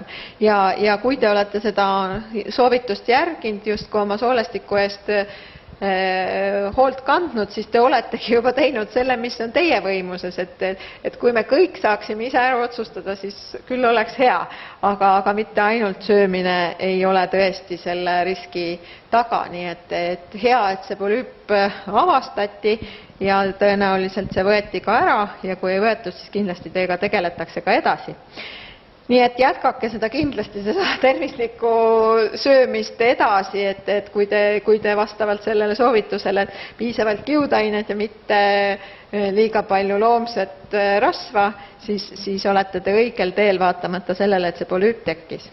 Järgmine küsimus on tulnud meile toidulisandite valdkonnast. ma esitaks selle sulle, Maarja, kui võib. Et jällegi ka siin on soolestiku põletiku vastase toe küsimus, et ma olen kuulnud, et kurkumiini kapslid apteegist on head ja võiks mulle sobida, et toetada tervislikku toitumist. Mis on teie arvates selle väärtus mulle kui põletiku vastased rohud, kas need sobiks minu olukorras? Ma saan aru, et see vist on tulnud sellelt samalt inimeselt või soolestiku põletiku vastaseks toeks. Et täpselt küll ei saa küsimusest aru, et mis haigusega tegu on, aga äkki on siis mingi krooniline põletik soolestik. Jah, just täpselt. Üldiselt, mis puudutab just täpselt nagu kurkumiini või ka tegelikult teisi selliseid taimseid drooge, et väga palju, mis puudutab sellist tõenduspõhisust ja uuringud, mis on näidanud, et neil võib olla mingisugune tervisele kasulik efekt, et tegelikult need uuringud on ikka kas siis katseklaasis olnud või olnud loomade peal tehtud uuringud. Ja ei katseklaasi ega ka loomade uuringute vastuseid või tulemusi me tegelikult ei saa üle kanda inimorganismi. Ja kui mõelda siis, et esiteks ongi see, et tegelikult kurkumiinil kui sellisel ei ole tõenduspõhisust, et seda võiks kasutada või peaks kasutama mingisuguste põletiku nagu alandamiseks organismis. Aga kui me mõtleme selle soole põletiku peale ja nagu on soov põletikku võib-olla kuidagi vähendada, et siis number 1 asi on ikkagi oma nagu immuunsüsteemi toetada ja mis on oluline meie immuunsüsteemi jaoks, on see sama hea, mitmekesine, tasakaalustatud, tervislik toidusedel. Ehk siis siin võikski nagu mõelda selle peale, et esiteks alustada sellest, et hinnata, et kas päevas on vähemalt 5 portsjonit köögi- ja puuvilja. Antud juhul, et võib-olla värske toit ei pruugi sobida, aga sobivad ka aurutatud, kuumtöödeldud, konserveeritud köögi- ja puuviljad, marjad ka, eks ole. Siis teise sammuna tuua võib-olla juurde, või tähendab hinnata seda, et võib-olla teraviljatooted asendada täisteratoodetega, et kiudaine on oluline, eks ole, meie soole mikrobiotale, aga siin jällegi ma otselt hetkel, eks ole, mingit glüseede tegevuse häireid ei mainitud, aga jah, et siin ka, et kiudaine toomisega, juurde toomisel tähtis see, et seda teha, eks ole, samm-sammu haavalt. Samuti mõelda pähklite ja seemnete peale ja üleüldse ka omega-3 rasvhappeallika peale, et rasvased kalad, eks ole, linaseemneõli, tudraõli, et need on võib-olla sellised soovitused, kuidas võib-olla paremini toetada oma immuunsüsteemi põletikuga võitlemises. Et siis köögivilja, puuviljad, täisteratooted, pähklid, seemned, omega-3 allikad ja mitte siis kurkumiini peale raha raisata. No, väga õige on see, et tõepoolest meile tuleb palju küsimusi selle peale, et kas ühte või teist toidulisandit võtta. Et ma olen lugenud, et sellest toidulisandist ikkagi on nüüd toime. Ja kui sellest toidulisandist tõepoolest on toime olemas, siis on ta meile registreeritud justkui ravim. Sest see eristabki meil lisandit ja terviseväidet sellest, et see tervisetoime tegelikult ongi olemas. Et kui meil on see registreeritud ravimina ja toimena, siis on see toime ka kontrollitud ja ka selle preparaadi sisaldus kontrollitud. Et üks, mis puudutab toidulisandite turgu, on see, et toidulisandid ei läbi samasugust kontrolli nagu ravimid ja toidulisandid, mis on turul, võivad põhimõtteliselt kirjutada sinna mida iganes peale, sinna seda on väga-väga keeruline kontrollida, et nad tõepoolest seda sisaldavad, nii et isegi kui kurkumin on näidanud, et mõnel juhul võiks seal toimida hästi, siis seesama pulber ei pruugi seda kurkumiini selles samas koguses sisaldada, mis see uuring on näidanud. Ja võib-olla mis oleks need toiduallikad, kus kurkumiini saada, et kui siin ongi tõesti, et kurkumiini sisaldavad või kust me seda saame, kui me ei taha seda osta tabletina. Kurkumiin, eks ole, on ju kurkumis, aga selles kurkumis ka kurkumiini, selle kurkumiini kui toimeaine sisaldus tegelikult on, kui see nagu ütleme, väga palju kurkumit sööma, et üldse saada mingisugust efekti kurkumiinist, et me tõesti räägime siin 10 teelusikast nagu päevas, et saada mingit efekti. Et kurkumit kui sellist võib nagu tõesti kasutada, aga jällegi ikkagi olulisem on tõesti see üldine toidusedeli tasakaal, kui et just mingi kindel toiduaine Ja, aga ega ei tee ka midagi paha oma maitsemeeli siis ergutada nende samade maitsedega, mis võib-olla meie inimesel isegi see kurkum ei olegi nii tavapärane, noorematele küll, aga et proovidagi ka neid uusi maitseid, mis ergutavad meeli, et pigem on see toime sellele söömisele, mitte nii väga siis sellele toimeainele, mis selle seest võib olla. Aga ma lähen ikkagi jällegi nende seedetrakti sümptomkontrollidega edasi siia sinu poole, et kui meil oli kõhu kinnisuse küsimus ja tõepoolest me rääkisime sellest, et kiudaine on oluline ja vedelik on oluline, me ei rääkinud muidugi sellest, et liigne valgu pakkumine võib olla samuti kõhukinnisuse põhjus, et seesama valgurikas menüü, et kui meie siin jälgime, et valgudefitsiit on nagu probleem paranemisel, siis nii nagu ma alustasin, et ega ka liig ei ole hea, et liigse valgu pakkumise korral ja kui ta on tasakaalust väljas vedeliku pakkumisega ja muude toitainetega, siis samamoodi võib tagajärjeks olla kõhukinnisus ja seesama valk, mis ei ole ära seedunud, jõuab sinna jämesoolde ja on samuti kahjulik nendele jämesoolerakkudele. Et selle tõttu on ikkagi ka see tasakaal oluline, et me proovime pakkuda rohkem toiduvalku nendes seisundites, kus toiduvalgu vajadus on suurenenud, aga sealjuures peab inimene suutma ka tarbida piisavalt sinna juurde vedelikku, et see toiduvalk seeduks ja ka liigne lämmastik viiakse organismist välja. Aga ma lähen siis sinna seedetrakti teise otsa, et väga sage probleem, mis on ka kõhulahtisus, et kui tekib, kui inimene seostab piimatoodete tarbimisega kõhulahtisust, kas alati kõhulahtisus on piimatoodetega seotud või kas me peaksime seda piimatarbimist sellisel juhul muutma, kui kõhulahtisus juba on?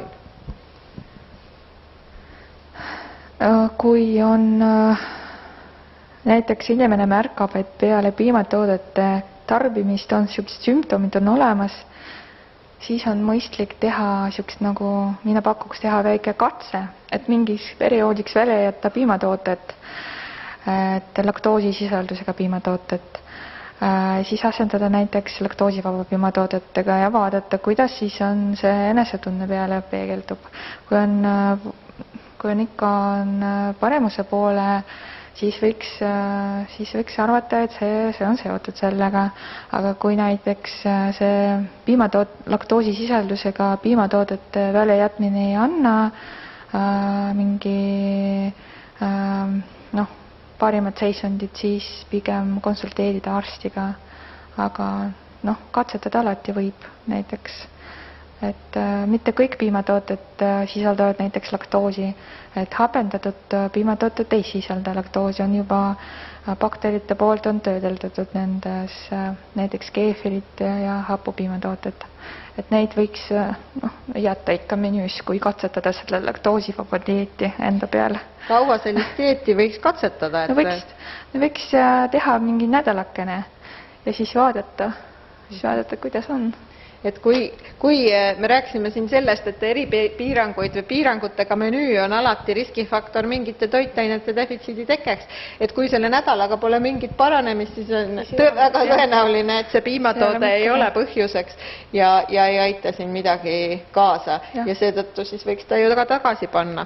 Aga siin on meil just küsitud, aitäh Kalina, ja siin on küsitud ka selle piimatoodetega seoses lisaks laktoosile ka piimavalgu talumatuse kohta, et kui piimavalgu, kuidas käituda, kui on talumatus kaseini suhtes, et me ei täpsustanud tegelikult kuulajatele, et laktoos on piimasuhkur ja see on üks kõige sagedasem toidu talumatus, ehk et siis see suhkur ei imendu ära, ei seedu ära kõigepealt ja seetõttu põhjustab ka just nagu osmootne kõhulahtisti, ka seedevaevuseid ja teinekord kõhulahtisust, teinekord kõhukinnisust.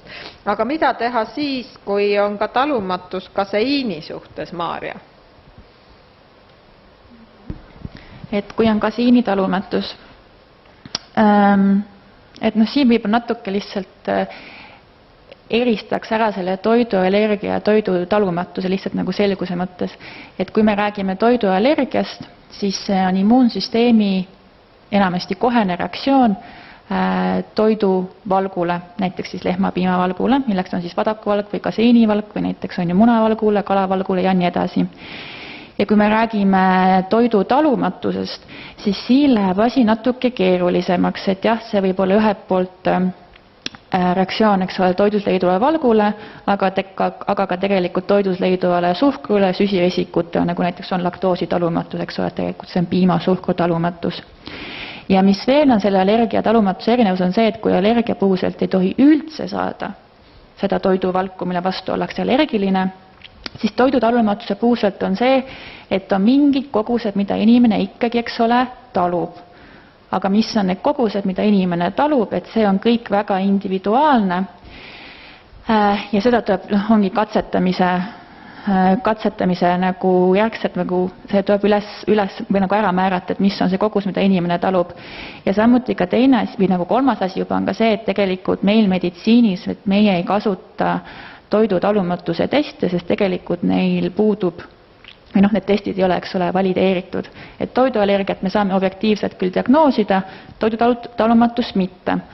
Aga ütleme, et siin antud inimene ikkagi on leidnud, et kui ta piimatooteid tarbib ja tal tekib ikkagi mingisugused sümptomid ja kui ta piimatooted jätab välja ja ta sümptomid kuidagi paranevad, et siis võime võib-olla järeldada, et piimatooted justkui selle inimesele ei sobi. Et kui ei tohi nagu kaseini tarbida ega ka vadakuvalku vist siin ei ole mainitud, et jah, et ütleme, et kui ei tohi piimavalku tarbida, siis see tähendab seda, et ei tohi tarbida ühtegi piimatoodet, ehk siis siin juhul me peame jätma välja terve toidugrupi ja leidma võimaluse, kuidas seda tasakaalustada. Ehk siis antud juhul aitavad igasugused kaltsiumiga rikastatud taimsed piimatoodete alternatiivid, eks ole, kaerapiimad, samuti näiteks selle kaltsiumiga kalgendatud tofu, erinevad rohelised köögiviljad, brokkoli, pähklid, seemned, seesamiseemned, et peaks rohkem hindama, et on ka selliseid teisi siis kaltsiumirikkaid allikaid ja pluss ka kindlasti veenduma, et D-vitamiini võetakse juurde, et soodustada selle kaltsiumi imendumist. Et see on see, mida ma soovitaks antud küsimuse põhjal, aga kui oleks inimene siin minu ees, siis küsiks väga palju muid täpsustavaid küsimusi ka. Jah, et see sama talumatus, aitäh Maarja seda selgitamast, et see sama talumatuse teema tegelikult läheb siin ka edasi, et me näeme ka ise väga palju seda, et kui on uuringuid tehtud, et mitte ainult meie ei näe, vaid on uuringuid tehtud, et selline nii-öelda ise diagnoositud talumatus on väga kõrge, aga kui seda tehakse topeltpimeda testiga kindlaks, et kas sul sümptomeid tekib või ei teki, kui sa ei tea, et seal on piimatoodet sees või on seal gluteeni sees, eks ju, et siis see tegelik talumatus on väga väike protsent, et seal vahed on nii, et kui 90% olid topeltpimedas testis, kadus see talumatus nii-öelda ära.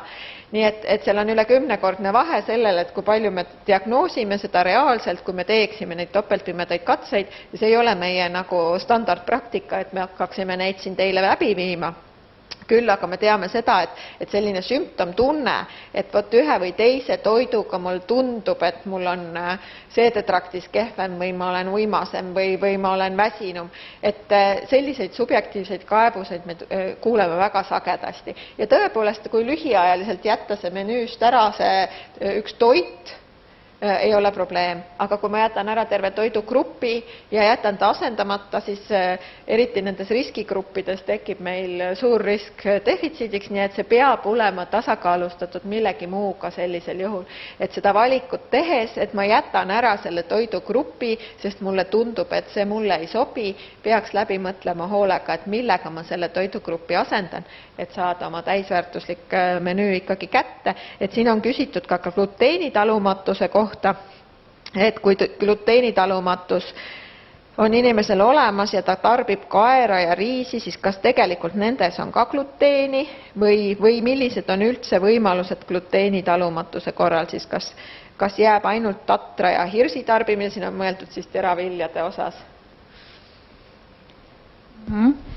Et kui rääkides sellest gluteenivabast menüüst, et eelkõige sisaldavad gluteeni, eks ole, nisu, rukkis, oder, mis on kaeraga, aeg-ajalt probleem on see, et kaer võib olla ristsaastunud nisuga, kuna neid kasvatatakse sagedasti, põllud on kõrvuti, nisu ja kaerapõllud. Et siis näiteks tsöliaakia puused võib see kaer, mis ei ole märgitud või turundatud kui gluteenivaba, tekitada probleemi, aga jällegi, kui on gluteeni talumatus, siis võib olla antud kogus gluteeni või ristsaastunud või ütleme nisuga ristsaastunud kaer ei pruugi tekitada gluteeni talumatuse puuset, eks ole, probleeme. Et üldiselt seda kaera ikkagi võib tarbida, riisi võib tarbida, tatahirss on ka sobilik, aga kui välditakse, eks ole, seda nisut, trukkist ja otra, et mida võiks oma menüüpuuset ikkagi mõelda on selle peale, et ka võib-olla see riis võiks olla pruun riis, metsik riis, samuti kasutada, eks ole, toidu valmistamisel näiteks mingisuguseid kikehernejahusi või üleüldse rohkem toidule lisada erinevaid kaunvilju, eks ole, ubeherneid, samuti veenduda, et pähklid ja seemned oleksid olemas. Et see on jälle sama asi, et ikkagi tuleb, kui võtame midagi välja, me peame ikkagi leidma ka asendused, et siis ennetada võimalik, eks ole, toitainevaraguste tekkeriski. Et nii ta on, et seesama ka see tervisliku toidu püramiid või mida meil soovitatakse süüa, et seal me näeme, et see on väga kirju ja ega meil see ei tähenda, et me peame ju täpselt nii sööma, vaid see on lihtsalt üks võimalus, kuidas saada toitained, välja pakutud võimalus, et meil oleks toitained päevalõikes 2000 kilokalori kohta tagatud. Ja kui nüüd nagu kestvalt, keegi me ei söö ju igapäevaselt nii, et kõik oleks tasakaalus, aga oluline on see tasakaalus pikemaajaliselt ja sellepärast ei juhtu ka midagi, kui te katseliselt jätate välja nädalaks midagi või isegi 2 nädalaks midagi, aga ka nende juba välja kujunenud talumatustega, mis tõepoolest on diagnoositud ja isegi ka allergiatega, on meil ju täna selline teraapia, et me hakkame neid ikkagi tagasi tutvustama, et kuna toiduallergiad on ikkagi peamiselt lapseea teema ja nendest nii-öelda kasvatakse välja. Ja teine pool on sellest, et kui me oleme mingist asjast võõrdunud, siis ka selle asja, selle toidu seedumiseks meie seedesüsteem ei ole ette valmistunud. Ehk et siis, kui te ei ole üldse mingit probleemi kunagi piimasuhkruga olnud, aga pikalt võõrdute piimatoodetest, mis suhkrut sisaldavad, ehk et siis olete ennast pannud nagu laktoosivabale menüüle lihtsalt mõneks ajaks, siis nüüd uuesti laktoosi suuremas koguses saades tekivad ka teil need seedevaevused, sellepärast et soolestik enam ei tooda neid ensüüme või neid aineid, millega seda sama piimasuhkrut lõhustada, sest selleks puudub vajadus. Me hoiame kokku. Sellepärast ka rasvtõbi on meil epideemia, et me hoiame kokku sellel hetkel, kus me seda ei kasuta, selleks ajaks, kui meil kasutust on vaja. Ja hoiame kokku energiat, aga ei tooda ülearuseid ensüüme või seede siis süsteemi ei kurna. Nii et selles mõttes selline lühiajaline eksperimenteerimine, kui teil ei ole alatoitumust, on lubatud, aga kui sinna juurde juba kaasneb alatoitumus, me kindlasti ei soovita jätta ära lihtsalt põhjendamatult erinevaid toitusid või isegi toidugruppe. Ja eriti puudutab see ka seda laste poolt, et ka lastel on see lausa nagu, ütleks kuritegu, kui ilma põhjuseta jäetakse ära mingi oluline grupp nende menüüst, sest selle piiranguga ju kaasneb ka mitte ainult see toitumuslik pool, vaid see sama psühholoogiline pool. Ehk et kui mult küsitakse, et mis on siis see kõige nagu ebatervislikum toit, mis sina ütleksid, Kaliina?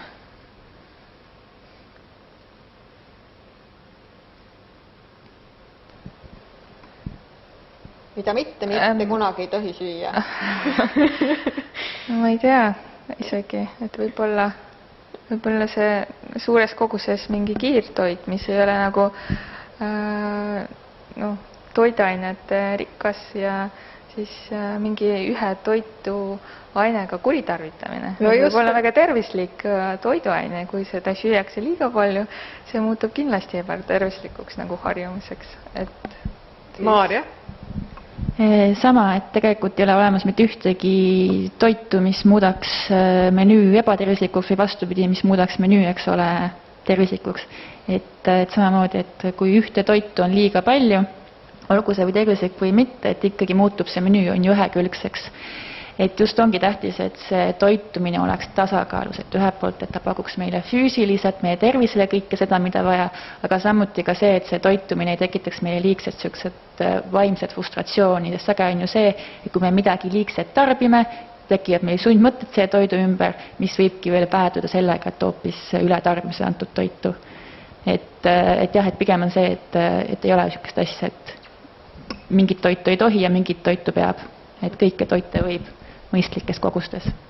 Nii et kogustes, siin on ka küsitud meilt mitmeid küsimusi seoses söömisega, konkreetsete toitudega ja ma soovitan lugeda ikkagi toitumine.ee annab selle kohta päris põhjaliku info ja seal on ka neid teemasid käsitletud, aga ma ikkagi tahaks veel kasutada selle viimase aja, mis meil on jäänud selle toitmisravi poole peale, et nagu me jõudsime sinna, et tervislikkust, universaalset tervislikkust ei ole ja kui seedetrakt ei tööta korralikult, siis ei toimu ka normaalset seedumist ja võivad tekkida erinevad vaevused ja sümptomid, aga kui ta ei toita piisavalt selleks, või ütleme, kui isegi mitte seedetrakt ainult, vaid kui inimene ei suuda kas neelata või närida või ei saada piisavalt toitaineid kätte tavalisest toidust ka tõhustamisel, siis ikkagi need toitmisravitooted, mida me kasutame, et kuna meil oli laktoosi ja gluteeni teema siin juba päevakorras, et siis ma küsin ka Liinalt sinult, et need samad enteraalsed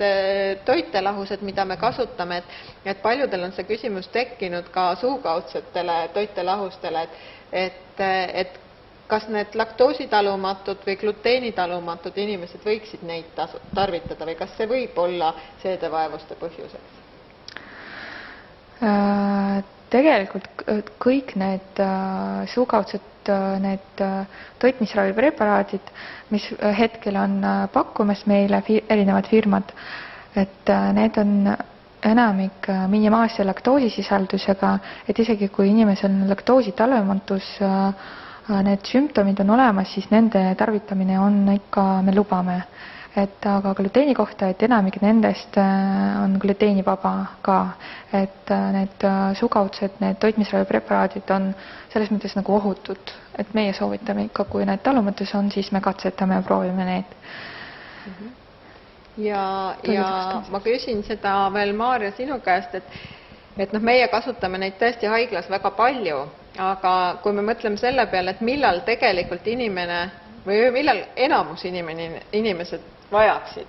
Et kui me vaatame ka COVID või selle SARS nakatunud patsientide keskmist raviaega, siis see on 6-8 päeva üle eestiliselt. See tähendab, et nad on siin oma selle haiguse raske perioodi ära ja lähevad siis koju. Et kas neid peaks siis ka edasi tarvitama kodus ja kuidas on selle rahastamise või ütleme selle näidustusega, et ta on küll toitmisravi, aga kas see on näidustatud neil kodus tarbida ja kas selle kohta on ka mingisugune soodustus? Ja, et antud toitmisravijooke tasuks kodus edasi tarbida küll, kui tõesti see söömine või söögiisu on väike ja söömine on niisugune kehvapoolne. Et siis, nagu ma ütlesin, et toitmisravijoogid on hästi energiatihedad ja on niisugune lihtne võimalus saada see lisa toiduenergia ja ka valguvajadus. Aga mis tõesti sagedasti on takistuseks nende koduse tarbimisel on see, et nad on ütleme üsna suur kulu tegelikult patsiendile. Ja hetkel veel ei ole kompensatsiooni neile toodetele, aga Eesti Kliinilise Toitmise Selts on teinud Eesti Haigekassale taotluse, et teatud patsiendigruppidele ikkagi need joogid mingil määral kompenseerida. Et väga loodame, et siin lähitulevikus ka seda kompensatsiooni me näeme. Aga jah, et ka lihtsalt ütlen, et need toitmisravijooke võib kodus tarbida, aga jällegi, kui finantsiliselt ei ole võimalik, siis seesama toidu tõhustamine, et kindlasti mõelda selle peale ja veenduda, et iga toidukord oleks, eks ole, tõhustatud, kui see söömine ikkagi on kehv ja kaal võib-olla, eks ole, langeb. nii, aga ma vaatan, et meil hakkab aeg saama otsa. Ma tahaksin võtta kokku, kõigepealt ma ütlen suur aitäh meie meeskonna liikmetele, kes olid nõus väga kiire etteteatamise, kiirel ajal, mitte kiire etteteatamisega, kiirel ajal tulema oma tööst ja kogemustest rääkima. Ma loodan, et sellest oli teile kasu. Ma ütlen kõikidele küsimuste küsijatele ja kõikidele kuulajatele aitäh. Ma ütlen aitäh korraldajatele ja mulle tunne, et me käisime läbi need meie kõige põhilisemad küsimused, toidulisandid, toidutalumatused, soole sellised sümptomid, mis vaevavad söömist.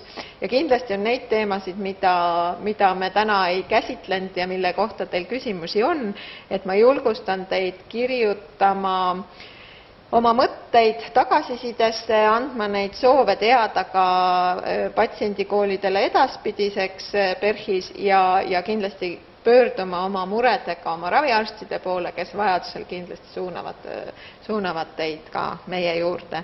Nii et ma soovin teile ilusat päeva jätku, tehke kauni päiksepaistel üks jalutuskäik, kui teil see on võimalik, et saada natukene rohkem D-vitamiini, sest me teame, et me seda toidust ei saa piisavalt ja oma laiuskraadil seda päiksevalgusega ka mitte. Nii et julgustan teid osalema ka järgmisel patsiendikoolil ja olge terved! Aitäh!